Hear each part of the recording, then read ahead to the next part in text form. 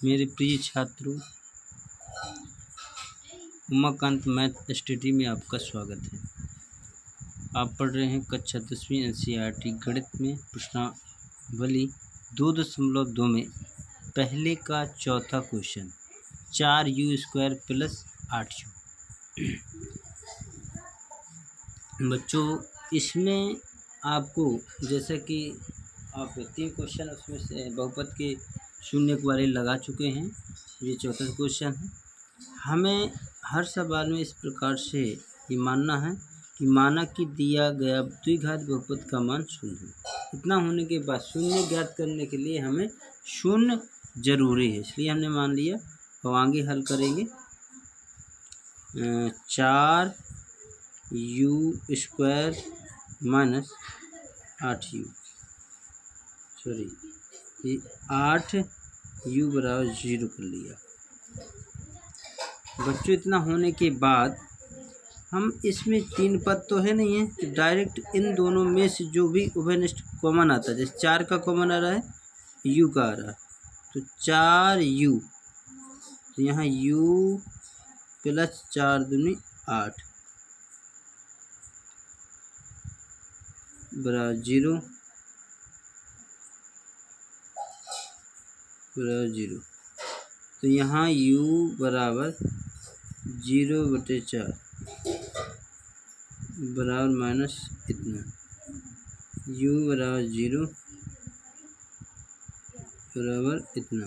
तो बच्चों, ये जो मान निकले हैं शून्य, ये इसकी आंसर है।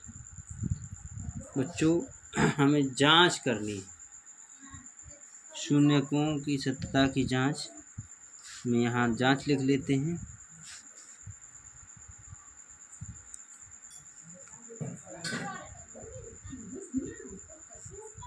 जांच शून्यकों का योगफल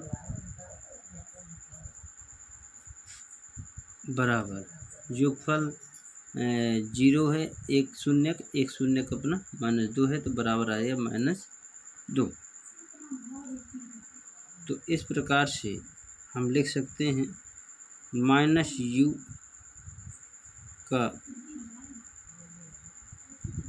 गुणांक बटे u² का गुणांक। इस प्रकार से फिर आगे हम लिखेंगे तथा शून्यकों का गुणनफल। तो पहला शून्य, एक शून्य 4 है, वो 0 है, -2 है, तो आ जाएगा 0। कोई भी संख्या का हम 0 में गुणा करते हैं, 0 आ जाता है। इधर लिखेंगे आप अचर पद बटे u, क्या लिखना है बच्चों, u² का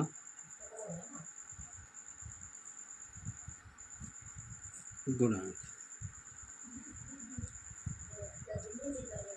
इसके इसी प्रकार से हमें जांच करनी थी।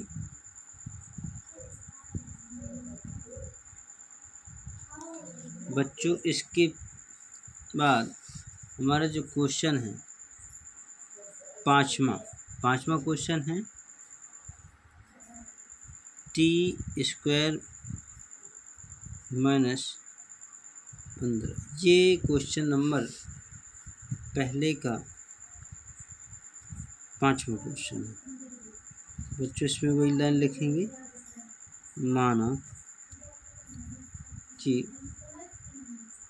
माना कि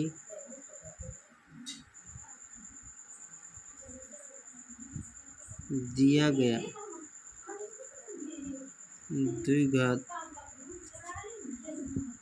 द्विघात बहुपद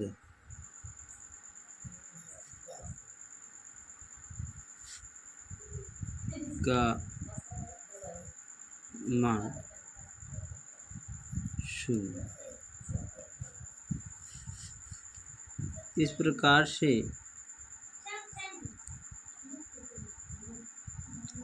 हम लिखेंगे टी स्क्वायर माइनस बराबर 0। बच्चों जैसा कि आप कक्षा 9वीं में रूट वाले कुछ सवाल होते हैं, जैसे हम रूट 15 का जब गुणा करते हैं तो खाली ये बाहर 15 मिलता है। तो इस प्रकार से हम इसको किस प्रकार से लिख सकते हैं, टी स्क्वायर रूट 15 की घात 2, इस प्रकार से हम इसको लिख सकते हैं। तब आगे हम लिख सकेंगे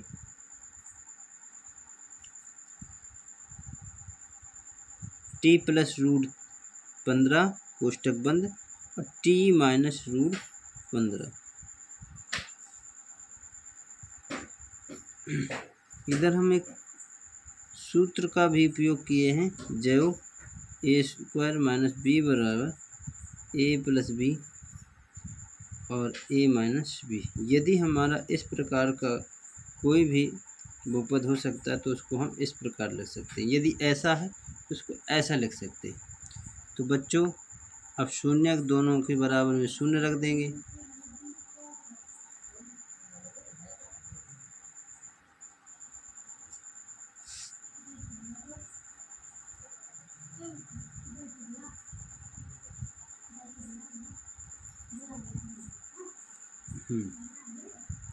इस प्रकार से बच्चों ये टी के जो टी बराबर रूट माइनस के रूट 15 और प्लस के रूट 15 ये शून्य का आपके ज्ञात हुए। अब हमें जो ज्ञात करना है वह है शून्य ज्ञात करना है।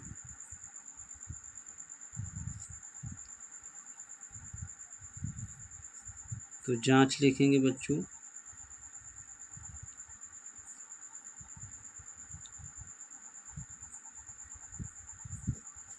शून्य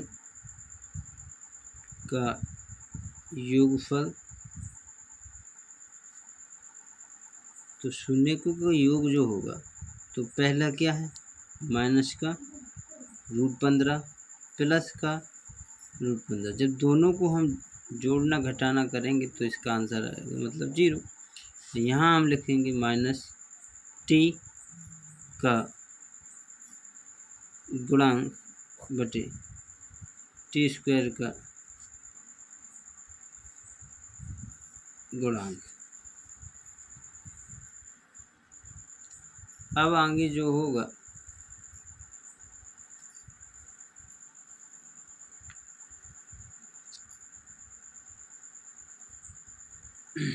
अब आगे करना है अपन को तथा शून्य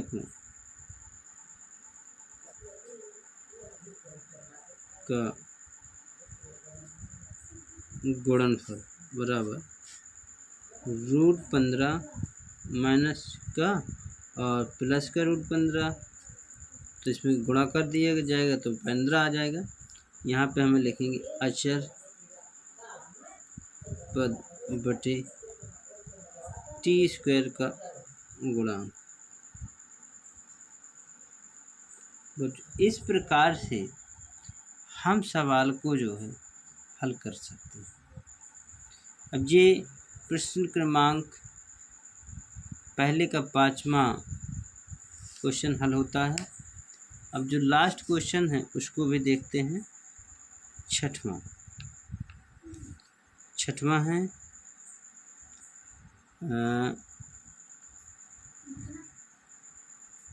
-4। तो जिसको हल करने के लिए हमें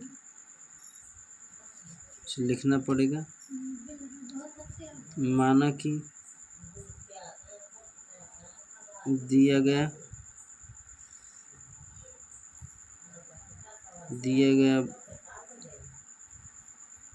बहुपद, ये द्विघात बहुपद भी लिख सकते हैं, बहुपद का मान 0।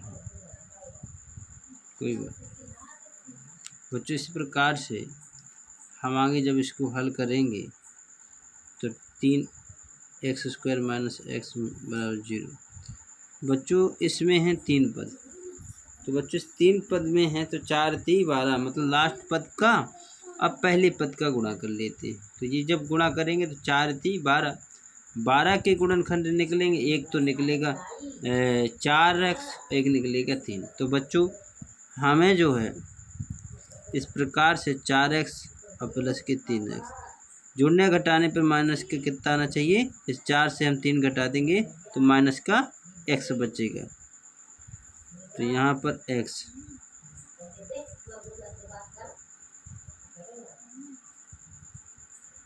इधर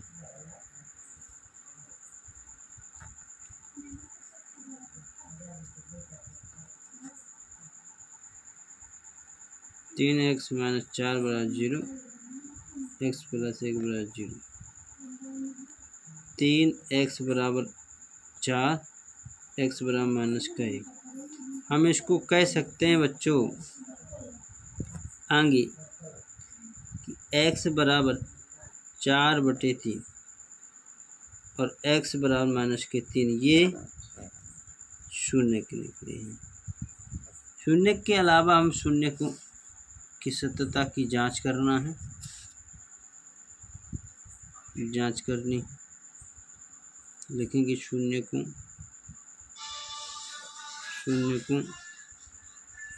का योगफल। तो शून्य का अपना क्या है, पहला 4/3 + 1 = 9।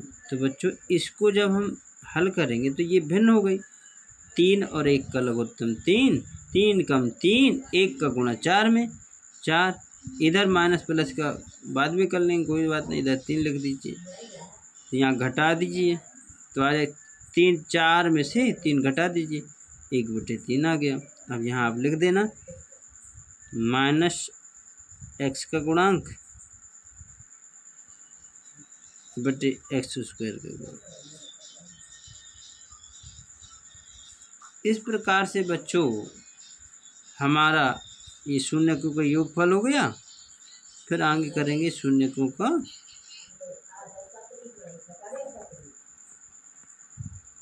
गुणन बराबर, तो 4/3 गुणे -1 बराबर -4/3। तो हम इधर लिख सकते हैं अचर पद बटे x² का गुणांक। बच्चों इसमें हमें ये अचर पद कैसे क्यों लिखते हैं, ये इसका कारण भी आप समझ लीजिए। ये अचर पद इसलिए लिखते हैं, जो अपना ये जो 4 लिखा है ये क्या है, अचर है। तो अचर पद मतलब 4 हो गया माइनस का। अब ये क्या है 3, तो x² का गुणांक, इसका मतलब यहाँ से संबंधित है, इसलिए ये चीज़ें लिखी जाती है। जैसे -x का गुणांक है तो -x क्या है, 1 होगा, इसलिए प्लस का आया है। ये माइनस का है, तो अब यहाँ इसको हल किया तो क्या आया हमारा, ये क्या होता है, यहाँ एक सूत्र होता है शून्यकों का योगफल, तो -b/, तो यहाँ माइनस इसमें भी है और माइनस इसमें, तो माइनस माइनस करके प्लस हो जाता है, इसलिए ये प्लस का आ गया बच्चों। x² का गुणांक 3 है। इस प्रकार से बच्चों हमारे जो है 2.2 के पहले के सभी क्वेश्चन हल हो जाते हैं। और इसी प्रकार से हम अगले वीडियो में आते हैं प्रश्न क्रमांक 2 की। बहुत ही अच्छे क्वेश्चन हैं, बहुत ही सरल। थैंक यू सो मच देखने के लिए।